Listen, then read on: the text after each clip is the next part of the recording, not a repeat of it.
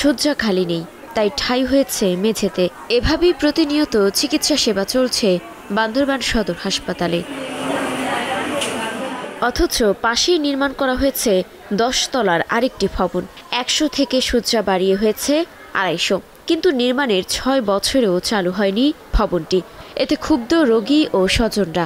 হাসপাতালে নতুন বিল্ডিং হওয়ার পরও আমরা পুরনো বিল্ডিং এ পর্যাপ্ত সেবা পাচ্ছি না। কালকে রাত্রে বাচ্চাকে ভর্তি করানোর পরে আমাকে নিচে ফ্লোরে থাকতে হচ্ছে। হাসপাতালের নতুন ভবনটিতে রয়েছে ICU, CCU, isolation, surgery, gynae ward সহ সব আধুনিক সুবিধাই। ভবন চালু না হওয়ায় সেগুলো কোনো কাজে আসছে না, তাই পুরাতন ভবনে চলছে চিকিৎসা। শয্যা না পেয়ে অনেকে সেবা নিচ্ছেন মেঝেতে, অনেকে ছুটছেন চট্টগ্রাম সহ রাজধানী ঢাকায়।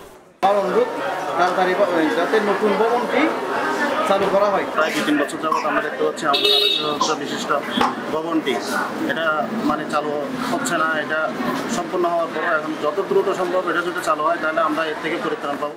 সিভিল সার্জন বলছেন, প্রশাসনিক অনুমোদন, জনবল নিয়োগ সহ বেশ কিছু জটিলতা এখনো কাটেনি, সে কারণে ভবনটি চালু করা যায়নি।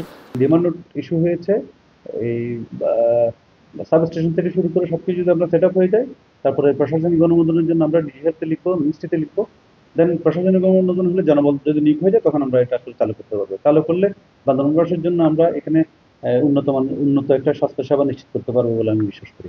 2019 সালে শেষ হয় ভবনের কাজ। নির্মাণে ব্যয় হয়েছে 36 কোটি 48 লাখ টাকা।